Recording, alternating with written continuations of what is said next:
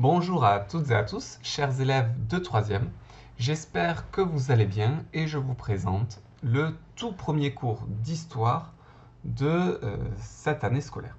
Alors, avant de commencer le cours proprement dit, je vais vous expliquer pourquoi et quel est l'intérêt finalement de faire ces vidéos. Alors, l'idée de mettre des PowerPoint comme ça sous format de vidéo m'est venue lors du confinement en début d'année, au mois de mars. Et je me suis dit qu'il pourrait peut-être être utile, surtout sur le niveau 3e, de le commencer dès cette année, de manière à ce qu'il y ait l'intégralité des chapitres qui soient en ligne. Comme ça, si jamais, je ne le souhaite pas, mais si jamais il y a un autre confinement qui est décidé au cours de l'année, eh bien vous avez déjà l'habitude de voir comment ça fonctionne, et comme ça, vous le prenez en cours. Si vous souhaitez réviser le brevet des collèges en fin d'année, ou alors si jamais vous faites un oral qui porte sur un sujet d'histoire et donc vous avez envie de le relier au cours, vous pouvez vous y référer. Et enfin, si vous êtes malade durant quelques jours, une semaine, eh bien, en rattrapant les cours, vous pouvez aussi vous regarder les vidéos et comme ça, vous avez un peu une idée des documents vus en classe. Bien évidemment, il est toujours mieux d'assister à un cours en vrai, on peut poser les questions sur le moment, on fait ses propres analyses, et c'est sûr que ces vidéos sont loin d'être aussi intéressantes qu'un cours normal. Et d'ailleurs, on apprend beaucoup moins bien à travers ces vidéos que l'on apprend en se déplaçant en classe. Néanmoins, s'il y a un confinement, si vous êtes malade et vous ne pouvez plus suivre les cours pendant une certaine période, ou si seulement vous souhaitez à la fin de l'année réviser votre tout premier chapitre d'histoire, et bien pour ces trois raisons-là, ça peut être utile quand même, je trouve, d'avoir les vidéos en ligne. Alors le programme de cette année en histoire, il va aller finalement de la Première Guerre mondiale, c'est-à-dire donc de 1914 jusqu'à nos jours. Donc on va s'intéresser à tout le XXe siècle, et on va voir que durant ce XXe siècle, il s'est passé énormément de choses en France, en Europe et dans le monde. Donc, ce premier chapitre s'intéressera aux civils, c'est-à-dire ceux qui ne se battent pas, et aux militaires, ceux qui se battent, dans la Première Guerre mondiale. Vous remarquez que Première Guerre mondiale prend une majuscule à Première et à Guerre, mais pas à mondiale. C'est ainsi qu'il faut l'écrire, c'est important, et de même, Seconde Guerre mondiale prend une majuscule à Seconde, à Guerre, mais pas à mondiale. Vous ne mettez jamais de majuscule à mondiale. Et pour introduire du coup ce chapitre, nous allons analyser une citation d'un poète français, Paul Valéry, qui a connu la Première Guerre mondiale, et voilà ce qu'il en dit. La guerre, un massacre de gens qui ne se connaissent pas, au profit de gens qui se connaissent, mais ne se massacrent pas. Alors c'est une citation un petit peu complexe. Qu'est-ce qu'il veut nous dire là-dedans? Que les gens qui se battent, les gens qui se tuent durant la guerre, les soldats, ils ne se connaissent pas. C'est-à-dire le soldat français et le soldat allemand qui vont se tuer dans les tranchées, finalement ils ne se connaissent pas, donc ils n'auraient aucune raison de se tuer. Alors que ceux qui sont en conflit, ce sont les chefs d'État, ce sont des gens qui, eux, au contraire, se connaissent, mais qui ne vont pas se massacrer.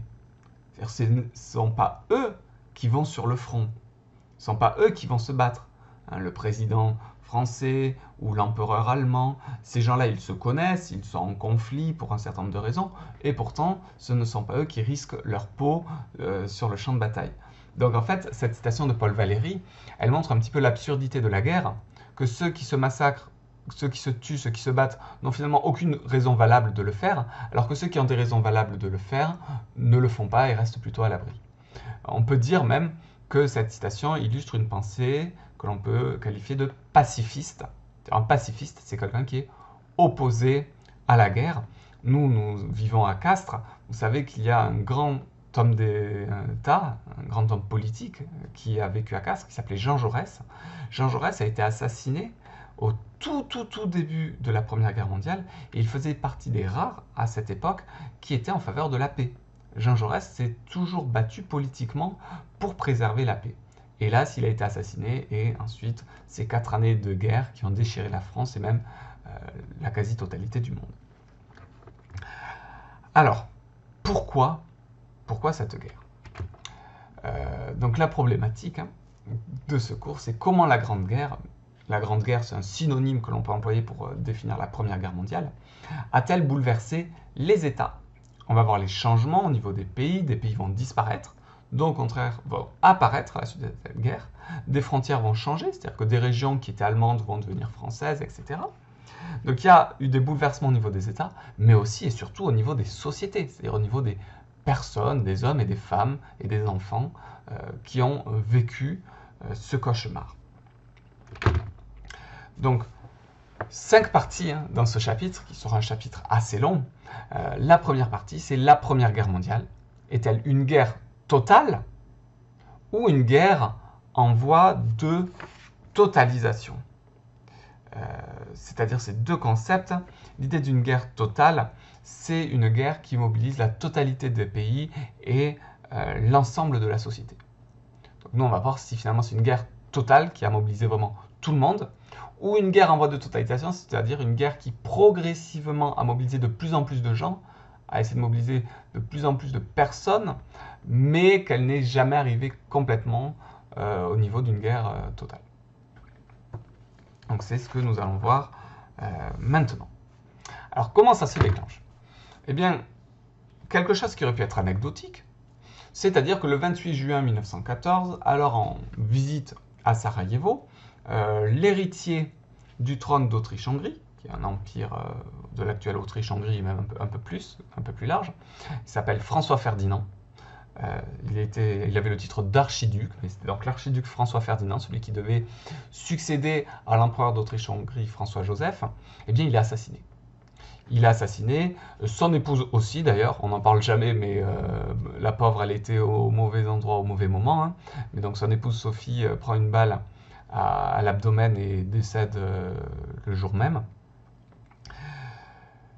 Et cet événement, voilà, une sorte de fait divers, va être finalement le petit grain de sable qui va faire dérailler l'engrenage et faire basculer toute l'Europe dans la guerre. C'est assez étonnant. Alors, c'est assez étonnant parce que des attentats, des héritiers, des hommes d'État qui sont assassinés, il y en a un grand nombre. Je vous ai dit, Jean Jaurès, par exemple, en France est assassiné, ou je pense aussi à Élisabeth d'Autriche, dans la même famille, hein, qui est aussi appelée Sissi l'impératrice, qui est assassinée à la toute fin du 19e siècle à Genève. Donc voilà, c'est tristement fréquent que des chefs d'État soient assassinés à cette période. Pourquoi cet assassinat-là a pu être à l'origine de la Première Guerre mondiale? Parce que c'est quand même étonnant. Là, on a un Autrichien, François Ferdinand, assassiné par un nationaliste serbe, Gavrilo Princip. Mais vous allez me dire, certes, donc un Serbe tue un Autrichien, pourquoi la France et le Royaume-Uni vont aller se battre contre les Allemands? Il n'y a ni des Allemands, ni des Français, ni des Britanniques dans cette histoire. Et pourtant, nous connaissons la suite de l'histoire, donc maintenant, essayons finalement de remonter cet engrenage pour savoir comment, en l'espace d'à peine un peu plus d'un mois, la quasi-totalité de l'Europe a basculé dans la guerre. Eh bien, il y avait à cette époque-là un système d'alliances militaires.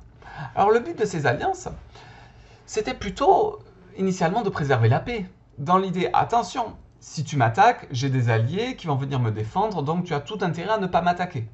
C'était un petit peu ça l'idée de ces alliances. Donc c'était finalement de se protéger, en se disant, voilà, ben moi, si on m'attaque, je ne suis pas seul, donc du coup, il est peu probable que l'on vienne m'attaquer.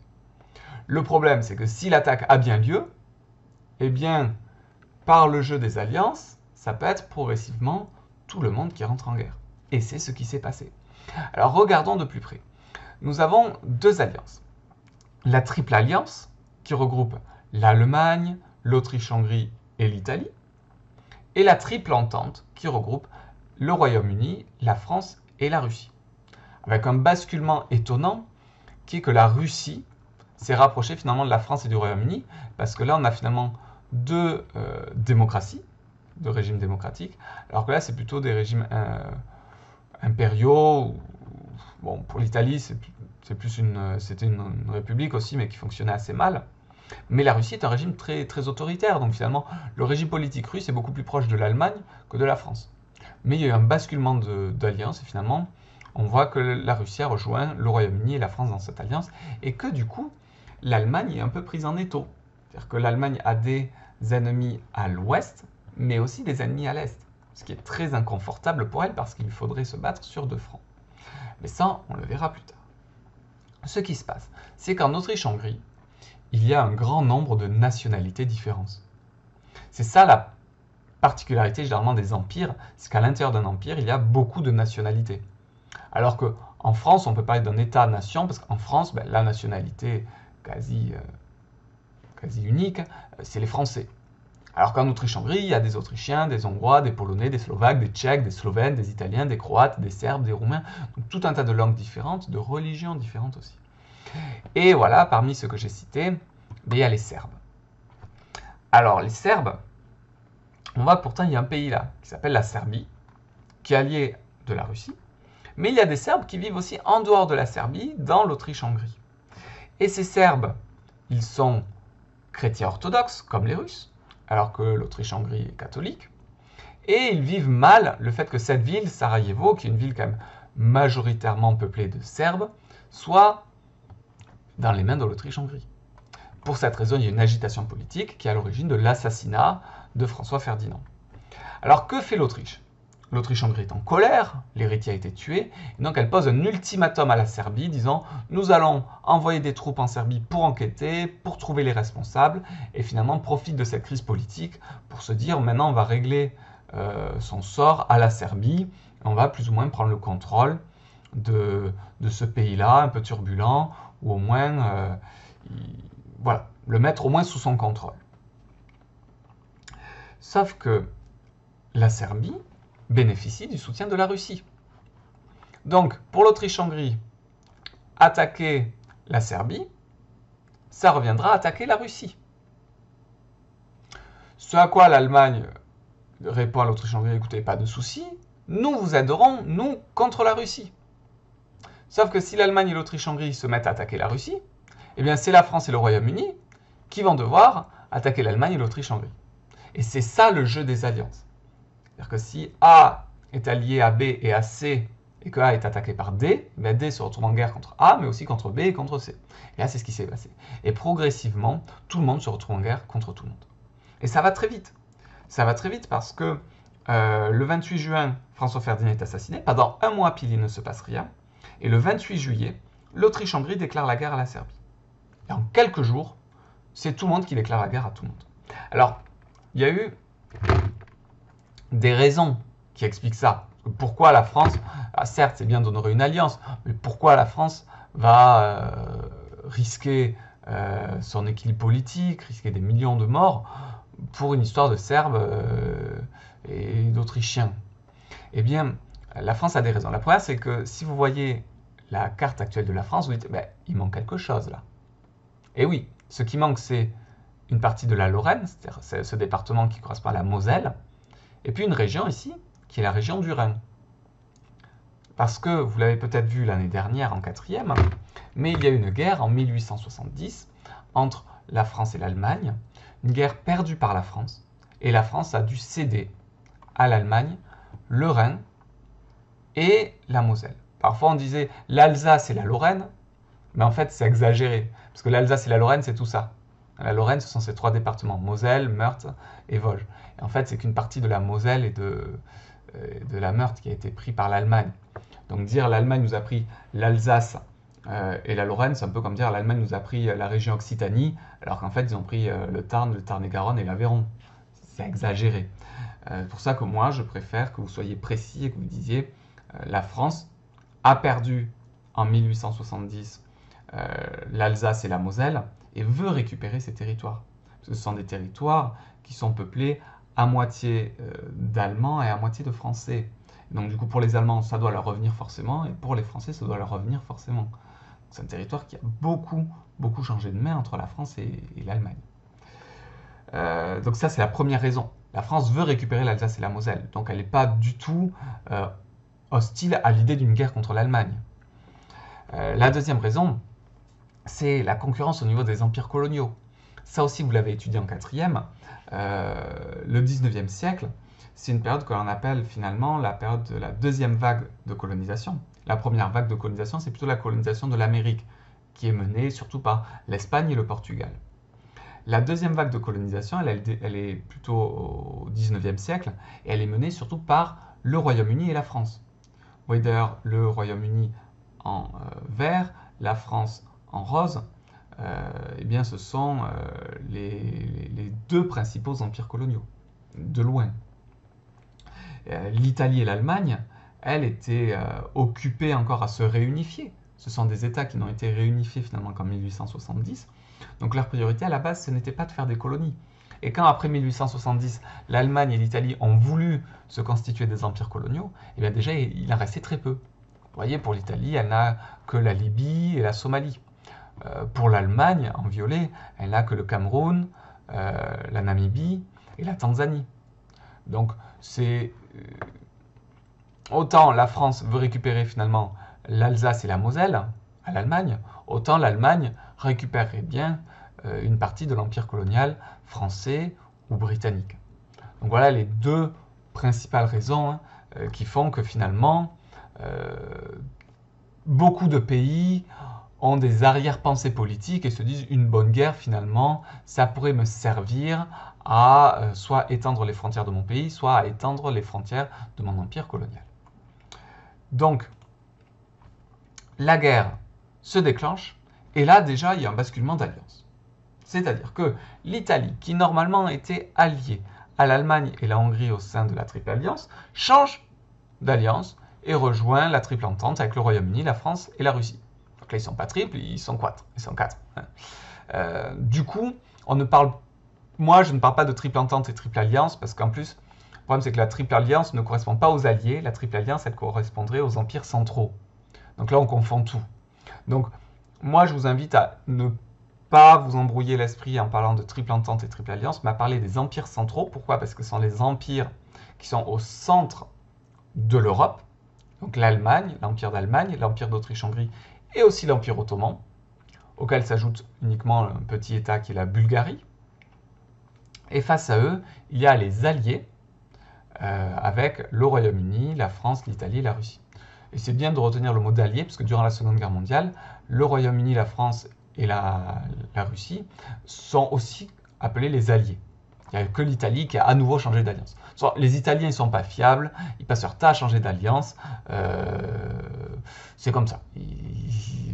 Attention, je ne veux fâcher personne d'origine italienne. J'ai une collègue que j'apprécie beaucoup, je te salue Nadine, qui est d'origine italienne et qui est au contraire d'une très grande fiabilité en tant qu'amie. Mais l'Italie en tant que pays, en tant qu'État, force est de constater qu'au XXe siècle, ils n'ont pas été très très fiables. Donc voilà, la guerre est déclarée, et quand on voit cette carte, on se dit, bon, c'est plutôt bien parti pour les alliés en quelque sorte. Parce que la majorité des pays font partie de cette alliance-là. L'Allemagne et l'Autriche-Hongrie sont entourés de toutes parts, sauf que eh bien, la plus puissante armée à cette époque, le pays le plus peuplé d'Europe à cette époque, c'est l'Allemagne. Et l'Allemagne est un adversaire redoutable. L'idée de l'Allemagne, par contre, c'est que comme elle est attaquée des deux côtés, il faut vite vaincre un côté, puis ensuite se retourner de l'autre. Et c'est ce qu'elle va essayer de faire. Elle va essayer en premier de concentrer ses troupes contre la France, de faire capituler la France, mais ça ne va pas marcher. Elle va passer à un cheveu de s'emparer de Paris, mais les Français vont résister. C'est l'épisode des célèbres taxis de la Marne. Alors pourquoi? Parce que la Marne, c'est une région ici, au nord de Paris. Eh bien, c'est des taxis parisiens qui vont amener les soldats sur le front, comme ça, parce qu'on n'avait pas d'autre moyen de les déplacer. Et progressivement, finalement, après la bataille de la Marne, les Allemands vont être repoussés vers la frontière et le front va se stabiliser ici. L'Allemagne, voyant qu'elle ne peut pas obtenir de victoire rapide contre la France, va au contraire essayer du coup d'obtenir une victoire rapide contre la Russie en stabilisant plutôt le front au niveau de la France. Donc, si on résume cette guerre, parce qu'on va pas faire... le but, ce n'est pas de faire une histoire militaire. Hein, je vous brosse un petit peu le portrait des pays, des étapes, mais ce qui nous intéresse, c'est comment les civils et les militaires ont vécu cette guerre. Comment les personnes de l'époque l'ont vécu. On ne fait pas une histoire au niveau des États, des pays. Ce qui nous intéresse, c'est une histoire à hauteur d'hommes et de femmes, voir comment ces personnes-là l'ont vécu. Donc en fait, ce qui se passe, c'est qu'au début, on a eu ce qu'on appelle une guerre de mouvement, qui est ici en vert. C'est-à-dire que les soldats se déplacent très vite. L'idée, c'est de prendre l'ennemi de vitesse, de le contourner. Mais cette guerre de mouvement, elle va très rapidement s'arrêter parce qu'elle aboutit à des pertes considérables. Elle fait énormément de morts. Parce qu'il faut bien comprendre en plus que lors d'une guerre de mouvement, celui qui défend a un gros avantage sur celui qui attaque. Parce que comme les soldats, vous vous cachez avec une mitrailleuse, vous vous protégez avec un seul individu bien protégé, bien placé avec une mitrailleuse, peut tuer une cinquantaine en face qui se déplace à découvert. Donc du coup, les différents pays vont remarquer qu'il est beaucoup plus préférable, beaucoup plus intelligent de se défendre plutôt que d'attaquer. Et donc du coup, on est sur une guerre de position.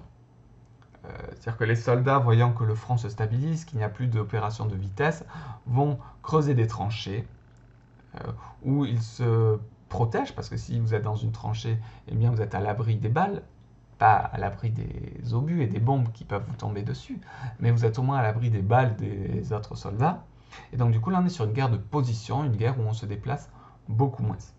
Et ça jusqu'en 1918. En 1918, à nouveau, la guerre de mouvement reprend. Elle reprend essentiellement parce que les États-Unis, qui ont déclaré la guerre un an plus tôt, commencent à envoyer leurs premières troupes en Europe et à envoyer de l'équipement militaire, comme le char d'assaut. Et l'avantage du char, c'est qu'il n'a pas des roues, mais il a des grosses chenilles qui sont sur plusieurs mètres. Et en fait, la chenille, elle vous permet de passer par-dessus les tranchées. Alors que si vous déplacez avec un camion ou je ne sais quoi, eh bien les roues, elles, vont rester bloquées à l'intérieur des tranchées. Les chars, eux, sont blindés, donc vous êtes protégés à l'intérieur et vous pouvez passer d'une tranchée à l'autre. Et donc ça permet la reprise de la guerre de mouvement.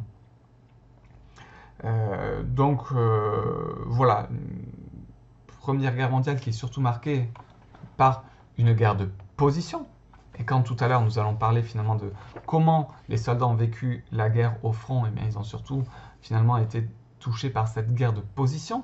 Et la guerre de position, c'est une guerre très particulière, c'est une guerre où on ne voit pas l'ennemi. On est caché dans la tranchée, on est dans un abri précaire, où on espère juste que les bombes ne vont pas nous tomber dessus, où on attend l'heure où on nous commandera peut-être de monter à l'assaut de la tranchée ennemie en se disant qu'il y a peu de chances que ce soit une bataille décisive. Donc c'est surtout une guerre de l'attente, de la peur, où on essaie de vaincre l'autre, mais le vaincre sur le terrain industriel, c'est-à-dire le vaincre sur les bombes. C'est à qui fabriquera le plus d'obus, qui aura l'artillerie la plus puissante pour dévaster les tranchées adverses. Mais ce n'est plus l'infanterie, ce n'est plus le soldat qui aura un rôle décisif dans la victoire ou la défaite. Ce qui aura un rôle décisif, c'est le nombre d'obus, le nombre de canons et donc l'aspect industriel. Quel est le pays qui arrivera à produire le plus de munitions et d'armes?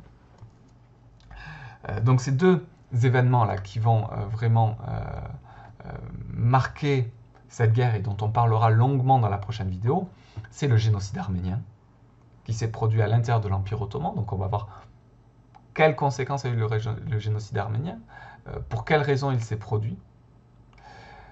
Les révolutions russes. Moi j'emploie le pluriel parce qu'il y en a eu une en février et une en octobre. Et double conséquence des révolutions russes, c'est qu'en 1917, la Russie sort de la guerre. Elle capitule avec l'Allemagne, la Russie sort de la guerre, donc du coup l'Allemagne se dit super, on n'a plus d'ennemis à l'Est, on peut concentrer toutes nos forces contre la France à l'Ouest. Sauf que ça c'est contrebalancé par l'idée que en avril 1917, les États-Unis rentrent en guerre. Donc ça c'est une très bonne nouvelle pour les Alliés, alors que les révolutions russes sont une très bonne nouvelle pour les empires centraux. Et donc après, reprise de la guerre de position au profit des Alliés, qui aboutit à l'armistice, c'est-à-dire la signature du traité de paix le 11 novembre 1918, qui met définitivement fin à la Première Guerre mondiale. L'Allemagne capitule, c'est-à-dire que l'Empire ottoman et l'Empire d'Autriche-Hongrie ont déjà capitulé un peu avant elle. L'Allemagne se retrouve seule, elle est privée d'alliés, elle est soumise à un blocus, c'est-à-dire que un blocus, c'est quand vous empêchez les marchandises d'arriver dans un pays. Comme les océans sont contrôlés par les Britanniques, eh bien, il n'y a plus de marchandises qui peuvent arriver en Allemagne. Donc du coup, c'est la famine. Et finalement, l'Allemagne capitule, alors que paradoxalement, son territoire n'était même pas envahi. Mais elle avait compris qu'elle n'avait de toute façon plus aucune chance de remporter cette guerre. Donc voilà pour la Première Guerre mondiale.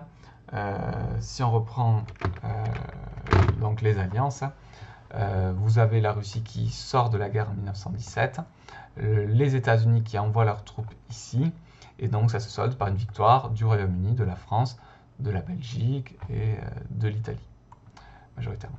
Alors la Belgique, à la base, il ne faisait pas du tout partie de la moindre alliance, mais sauf que l'Allemagne, plutôt que d'attaquer par la Moselle ou par l'Alsace qui était fortifiée, se disent on peut prendre de vitesse la France et s'emparer directement de Paris en attaquant par la Belgique. Donc ces pauvres Belges, ils n'ont rien fait de mal à personne et ils se retrouvent envahis juste parce qu'ils sont entre la France et l'Allemagne et que ça permet finalement d'attaquer par surprise. Ce qui est étonnant, c'est que l'Allemagne va faire la même chose lors de la Seconde Guerre mondiale et les Français sont assez stupides pour se laisser prendre par surprise une deuxième fois. Voilà, c'est assez étonnant, mais vous faites prendre par surprise quand normalement vous n'avez pas l'habitude, quand vous n'attendez pas à ce qu'on vous fasse quelque chose.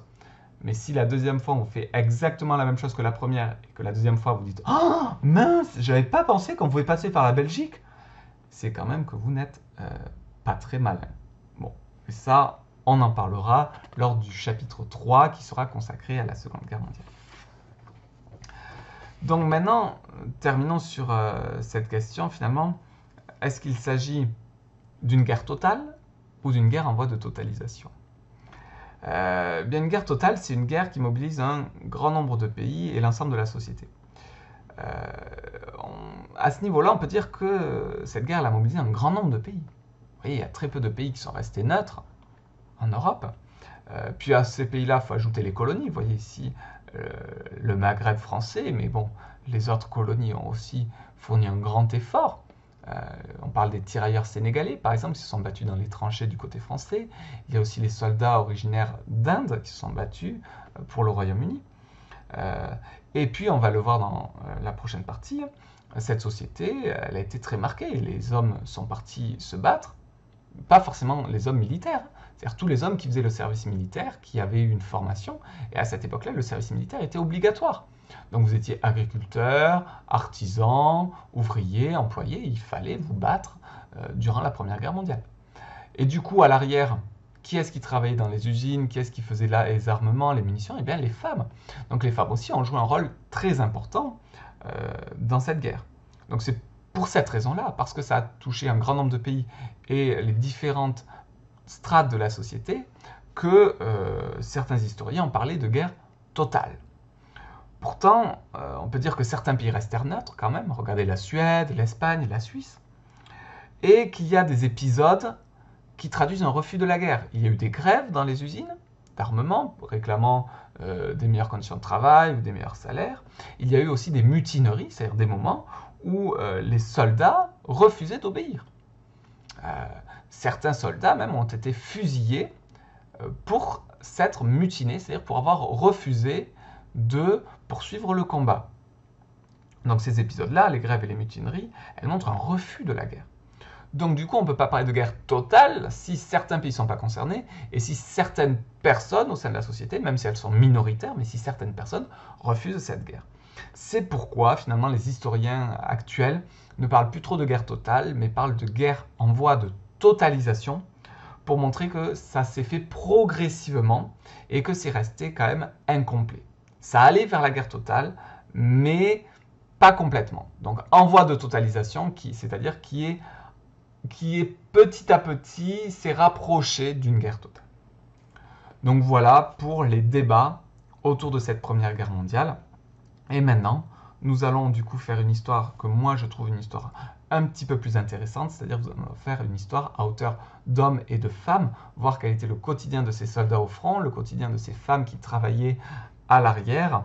Voilà, on va faire une histoire des gens ordinaires dans une deuxième partie qui s'intéresse finalement au fait que cette guerre fut vécue différemment au front et à l'arrière. Comme je vous l'ai dit, les soldats qui ont été mobilisés durant le conflit n'étaient pas des militaires, ni même des volontaires. C'était juste de simples citoyens qui avaient effectué leur service militaire obligatoire. C'est ce qu'on appelait une armée de levée. Vous donnez la mobilisation générale et tous les citoyens du pays viennent se battre. Aujourd'hui, on est dans une armée de métier. C'est-à-dire que ceux qui servent à l'armée en ont fait le choix, en ont suivi une formation. Donc c'est une armée qui comprend beaucoup moins de soldats. Là, au contraire, on avait une armée très nombreuse, mais avec des gens qui n'étaient pas forcément militaires de vocation, qui étaient pour la majorité en France des agriculteurs en fait. Et en plus, il faut bien remarquer que cette guerre déclarée au début du mois d'août, elle est déclarée au moment où on est en plein milieu des travaux agricoles. Et donc énormément de soldats qui partent au front se disent « Bon, ben, j'espère que cette guerre, elle va vite se terminer, comme ça au mois de septembre, je rentre, on peut faire les vendanges. » Tout le monde est convaincu que la guerre sera courte, et même si généralement il n'y a pas eu d'exclamation de joie lors de la déclaration de guerre, les soldats sont partis plutôt confiants. Ce qui a donné l'expression « partir la fleur au fusil », c'est-à-dire qu'au bout du fusil, plutôt que d'avoir une baïonnette pour embrocher l'ennemi, on part avec une fleur. Bon, même si c'est une vision quand même un petit peu idéalisée du départ en guerre. Finalement, la plupart des gens qui sont partis étaient un peu abattus, abasourdis, mais avaient le sentiment de faire leur devoir. Et bien, par rapport à ce qu'ils vont vivre sur place, eh bien, ils vont être complètement traumatisés par la violence des combats et ont eu l'impression d'être complètement dépassés par ce qu'on peut qualifier de guerre industrielle. C'est-à-dire que eux, en tant que soldats, n'avaient pas le sentiment qu'ils avaient un rôle décisif à jouer. Ils comprenaient bien que c'était l'armement, et d'ailleurs de l'armement, il y en a eu énormément de nouvelles armes qui ont été développées, notamment les armes à base de gaz, le gaz moutarde. Et donc du coup, faisait son apparition le masque à gaz pour se protéger, y compris pour les chevaux. Donc voilà, petit clin d'œil avec l'actualité où aujourd'hui on est tous obligés d'être masqués. C'était aussi le cas pour les hommes et les animaux dans les tranchées du fait des gaz qui étaient utilisés. Du coup, au milieu de cette guerre industrielle, les soldats avaient un peu le sentiment de devenir de la chair à canon. C'est-à-dire qu'ils sont envoyés au front et c'est les canons qui vont les décimer et eux ne pourront pas y faire grand-chose. Vous avez là une photographie de ce qu'on appelle un no man's land. C'est-à-dire le no man's land, c'est l'espace qui sépare la tranchée allemande de la tranchée française. On l'appelle no man's land parce que c'est un terrain où il n'y a pas d'hommes. Parce que c'est là où les bombes tombent et vous voyez, on a l'impression d'être sur la Lune. Il y a quelques bouts de troncs d'arbres calcinés. Vous voyez, il n'y a pas de feuilles, il n'y a pas de branches, c'est juste quelques troncs que l'on devine là et qui ont été complètement brûlés. Le terrain est complètement nivelé par les obus. Et si vous allez aujourd'hui visiter Verdun, vous allez voir qu'au milieu de la forêt à Verdun, vous avez encore ces bosses qui sont là, un siècle après. Donc le territoire a été complètement dévasté. On est dans quelque chose qui est inhumain, qui est complètement inhumain. Dans les témoignages, parfois, ce qui marque les soldats, c'est ça va vous sembler étrange, mais c'est le silence. Alors pourquoi je dis le silence? Parce qu'effectivement, quand il y a des bombardements, il y a des cris, des hurlements, des bombes qui tombent, ça fait beaucoup de bruit. Mais quand les hurlements, quand les bombes s'arrêtent, eh bien, comme on est sur un territoire qui a été complètement dévasté, il n'y a pas du tout d'animaux. Il n'y a pas d'oiseaux, on n'entend rien. Et même les gens dans les tranchées chuchotent parce qu'ils n'ont pas envie qu'en face, les ennemis savent où ils se situent. Donc du coup, on est sur quelque chose de très angoissant où finalement les soldats ne sont pas prêts à affronter ça et sont pas prêts à affronter ça pour une telle durée, pour 4 ans. Alors certes, il y a eu des permissions, certains soldats sont rentrés, mais pour des périodes très courtes, 1 semaine, 2 semaines, et puis hop, il fallait revenir au front. On était dans la boue, au milieu des rats, on mangeait mal, il y avait des maladies, on avait froid. Enfin, c'est des conditions tout à fait horribles. D'ailleurs, il y a une citation de Ernst Junger, qui est un écrivain et soldat allemand, qui disait « Nous sommes devenus des animaux dangereux. Nous ne combattons pas, nous nous défendons contre la destruction. » Cette idée que finalement, l'idée c'est pas tant de vaincre l'adversaire, ce qui est pourtant le but d'une guerre, mais c'est de soi-même ne pas être détruit par les conditions de vie ou par les bombes qui tombent autour de nous. Alors ce qui prouve cette industrialisation de la guerre, c'est ces nouvelles armes, comme les lance-flammes, l'aviation qui fait ses débuts, les chars, le gaz de combat. Donc on est dans quelque chose de tout à fait nouveau, qui n'a rien à voir avec les guerres précédentes. Des soldats blessés vont garder des séquelles à vie, ils vont être surnommés les gueules cassées, et d'ailleurs des mutineries éclatèrent, c'est-à-dire des refus de se battre, et elles furent violemment réprimées, c'est-à-dire que le pouvoir, que ce soit en France, en Allemagne ou partout ailleurs, a utilisé la violence pour contraindre les soldats à retourner au front. Il y a un très beau film d'ailleurs, qui date de 2005, qui s'intitulait Joyeux Noël, et qui montrait un exemple finalement de fraternisation entre des soldats français et allemands à l'occasion des fêtes de Noël. Et il y a eu quelques cas comme ça, effectivement, de fraternisation, le temps d'une soirée à peine, entre des soldats. Et autant dire que ça a été très très mal vécu par les officiers, qui ensuite ont sanctionné les soldats qui ont fraternisé, ou les ont envoyés dans des assauts où ils savaient qu'ils allaient se faire tuer.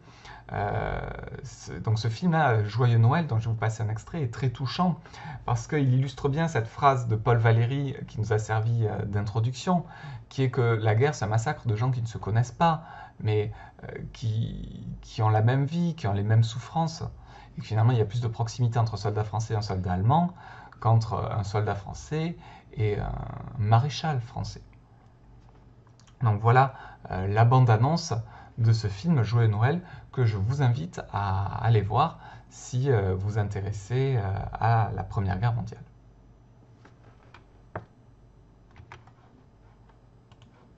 Alors à l'arrière, la guerre est dans tous les esprits. C'est-à-dire que les conflits politiques ou syndicaux passent au second plan et s'établissent ce qui a été appelé une union sacrée. C'est-à-dire l'idée que même les adversaires politiques fassent taire leur division et ne poursuivent qu'un seul objectif, qui soit la victoire. Et on voit que de la gauche jusqu'à la droite, c'est-à-dire des radicaux jusqu'aux monarchistes, eh bien, tout le monde s'unit, y compris la CGT, qui était un syndicat pacifiste. Très étonnant, mais même la CGT se rallie finalement à cette union sacrée. De plus, l'ensemble de la société est soumis à la propagande, en particulier les enfants. La propagande, c'est l'ensemble des pratiques qui visent à encadrer une société pour la convaincre de la supériorité d'une politique. Donc dans le cas là, c'est utiliser des affiches, des chansons pour prouver à la société que cette guerre est juste et que l'ennemi est un barbare ou un sauvage.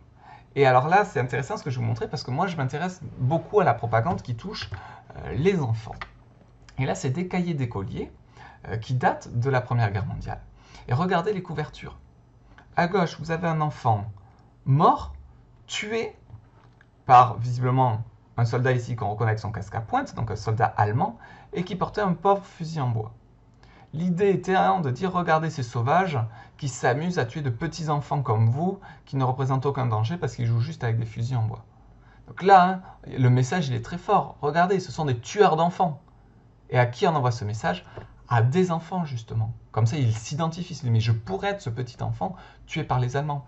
Et là, regardez, nous sommes dans un hôpital militaire, aux Invalides, et on a une photographie d'une petite fille qui a perdu une jambe, mutilée, du fait des bombardements, et qui est encadrée par des soldats qui, eux aussi, ont perdu une main ou une jambe, vous savez ce qu'on appelait ces gueules cassées. L'idée est pareille que pour le petit garçon, de montrer, regardez, vous les petites filles aussi, vous êtes victimes de cette guerre et de ces bombardements atroces qui visent les civils. Donc l'idée, elle est de montrer vraiment que l'ennemi est un barbare qui attaque les civils, qui attaque les personnes innocentes, de manière à véhiculer une sorte de haine des Allemands, une haine de l'ennemi, on les appelait même les Boches, dans la population française, y compris chez les jeunes. Tout est prétexte à cette propagande. Regardez, là, nous sommes dans une dictée. La dictée, généralement, ce n'est pas l'occasion d'une propagande. Mais regardez ce que dit ce que dit le début de sa dictée. Mes enfants, déjà le patriotisme impose des devoirs à chacun de vous. Vous devez vous accoutumer de bonne heure à l'idée d'être soldat un jour. Bien pénétré de cette pensée que vous devez offrir à la patrie de vigoureux et vaillants défenseurs, vous devez assouplir et fortifier votre corps par des exercices répétés. Bon, mais c'est incroyable, c'est-à-dire que là on dit aux enfants, en fait, il faut faire de la gymnastique, pas pour être en bonne santé, il faut faire de la gymnastique parce que plus tard vous serez des soldats et vous devez être de forts soldats pour bien défendre la patrie. C'est incroyable. Mais vous voyez du coup qu'on fait de la propagande à destination de tout le monde pour imposer cette idée qu'il faut se battre, il faut être prêt à se battre contre un adversaire qui de toute façon est un barbare, qui tue femmes, enfants et vieillards. On va même jusqu'à la bande dessinée. Notre dernier exemple, Bécassine. Vous connaissez peut-être Bécassine. Bon, là on a Bécassine qui fait le ménage, les poussettes. Et regardez ce qui se dit à la toute fin. La dame va voir Bécassine et lui dit « Mais qu'est-ce qui se passe? Qu'est-ce que cela signifie, Bécassine? Je vous entends crier « Tiens, Salboche, voilà pour toi, Salboche. En veux-tu encore, Salboche? Et je vous trouve seul. À qui en aviez-vous » Alors, dit Bécassine, « J'ai pas pu m'empêcher de rire. J'ai expliqué « Voilà, madame, c'est le tapis et les fauteuils que j'appelle Salboche. Ça me donne du courage pour taper dessus. » Donc on voit que tout est prétexte finalement à parler mal des Allemands, à se moquer d'eux et à mobiliser la société contre eux. C'est ça la propagande. Donc il y a une propagande permanente où on véhicule toujours les mêmes idées, qui est que l'ennemi est un barbare, la France va remporter cette guerre, etc. L'État a aussi recours aux emprunts. C'est-à-dire que l'État sollicite les personnes à l'arrière pour donner leur argent, pour acheter de l'armement, pour aider à la guerre. Et là, vous voyez une affiche de propagande, vous avez une pièce de franc avec le coq, qui est l'emblème de la France. Vous voyez que ce coq-là semble attaquer un soldat que l'on reconnaît, avec son casque à pointe aussi, qui est le casque des soldats allemands. Avec cette idée, versez votre or pour la France, c'est cet or qui combat pour la victoire. Donc on demande aux Français de donner leur argent pour la victoire. Enfin, de le donner, de le prêter, puisque c'est un emprunt. La France est censée leur rembourser après la guerre, une fois que la paix sera signée. Donc là aussi, on est dans un contexte de propagande. On demande l'emprunt et on censure les informations qui seraient défaitistes, qui ne vont pas dans le bon sens. C'est ce qu'on appelle un exemple de caviardage. Vous voyez des blancs ici. C'est pas qu'ils ne savaient pas quoi écrire, c'est que on a censuré des passages, ils ont coupé, ils ont dit voilà, ça vous ne pouvez pas l'imprimer. Si bien que le journal, pour cette occasion-là, a changé de nom et du coup a pris le titre de L'Homme enchaîné. C'était Clémenceau, le rédacteur en chef, celui qui ensuite sera un grand homme d'État. Mais Clémenceau a protesté contre le fait qu'on censure son journal en appelant son journal qui s'appelait auparavant L'Homme libre, L'Homme enchaîné. Ça rappelle un peu le canard enchaîné, cette idée de critiquer la censure, qui est pourtant très visible ici. Alors, la censure, elle touche les articles de journaux, mais aussi les lettres. Que les lettres envoyées par les soldats à l'arrière étaient lues, et si ce qui était dit était trop violent, trop défaitiste, eh bien la lettre n'arrivait jamais et était détruite. L'idée, c'est de ne pas affecter le moral de la population. Il faut qu'à l'arrière, tout le monde soit convaincu que cette guerre est juste, que cette guerre est sur le point d'être gagnée, pour que tout le monde continue à se mobiliser et à travailler. Et oui, à travailler parce que les hommes étant partis, ce sont les femmes et aussi des indigènes, c'est-à-dire des habitants des colonies qui viennent travailler dans les champs. Vous avez des exemples d'indigènes qui ont servi dans l'armée, ces fameux tirailleurs appelés sénégalais alors qu'ils ne venaient pas forcément du Sénégal. Mais voilà, pensez bien que ces indigènes, alors c'est un mot qui ne s'emploie pas aujourd'hui, mais les indigènes, ça correspond finalement aux populations colonisées à l'intérieur des colonies. Ils ont joué un grand rôle dans la victoire française et britannique. Ils se sont battus dans l'armée, ils ont remplacé les hommes aussi dans les champs ou aux usines. Dans les usines, justement, il y avait aussi des femmes qui fabriquaient des munitions et qui ont eu un surnom, le surnom de munitionnettes, c'est-à-dire celles qui fabriquaient des munitions. Et il est certain que les femmes ont joué un très grand rôle dans ce conflit et que ça a permis ensuite leur émancipation, c'est-à-dire le fait qu'elles acquièrent de nouveaux droits politiques. Alors en France, il a fallu attendre la Seconde Guerre mondiale, où elles ont aussi joué un très grand rôle pour qu'en 1944, elles obtiennent le droit de vote. Mais dans d'autres pays, en Allemagne, au Royaume-Uni, les femmes ont obtenu le droit de vote dès 1918. Et donc ça, c'est lié au fait qu'elles ont joué un rôle important, peu sur le front. Certes, il y avait des infirmières, mais il y avait très peu de femmes sur le front. Par contre, à l'arrière, pour fabriquer les munitions, pour travailler dans les champs, les femmes ont fait fonctionner le pays, pendant que les hommes étaient ailleurs. Donc voilà pour cette guerre finalement qui a concerné les hommes au front, les enfants soumis à la propagande et les femmes au travail comme munitionnettes pour certaines d'entre elles. Donc cette guerre a touché l'ensemble de la société, mais de façon différente. Et tous ces mots-clés là, propagande, emprunt national, censure, munitionnette, union sacrée, ce sont guerre industrielle, ce sont des termes à maîtriser et à savoir remettre en contexte. Mais dans un développement construit, ça je vous en parlerai à la fin de ce chapitre, qu'est-ce que c'est un développement construit et qu'est-ce qu'on attend de vous le jour du brevet quand on vous demande de faire un développement construit? Eh bien, dans un développement construit, il faut remettre ces mots-clés-là, ces mots que je vous fais souligner en classe, parce que ce sont des mots très importants, qui sont parfois même des concepts, où derrière, eh bien, on se dit, tiens, si l'élève connaît ce mot, c'est qu'il comprend tout ce qui est derrière le mot munitionnette. En fait, on comprend que l'élève a compris que les femmes ont joué un rôle à l'arrière dans la création de l'armement utile à la guerre. Voilà. Sur ce, c'est fini pour aujourd'hui, pour cette grosse vidéo qui est regroupée deux parties en une. Dans la prochaine vidéo, nous étudierons le génocide arménien et les révolutions russes de 1917. Sur ce, prenez soin de vous et à bientôt.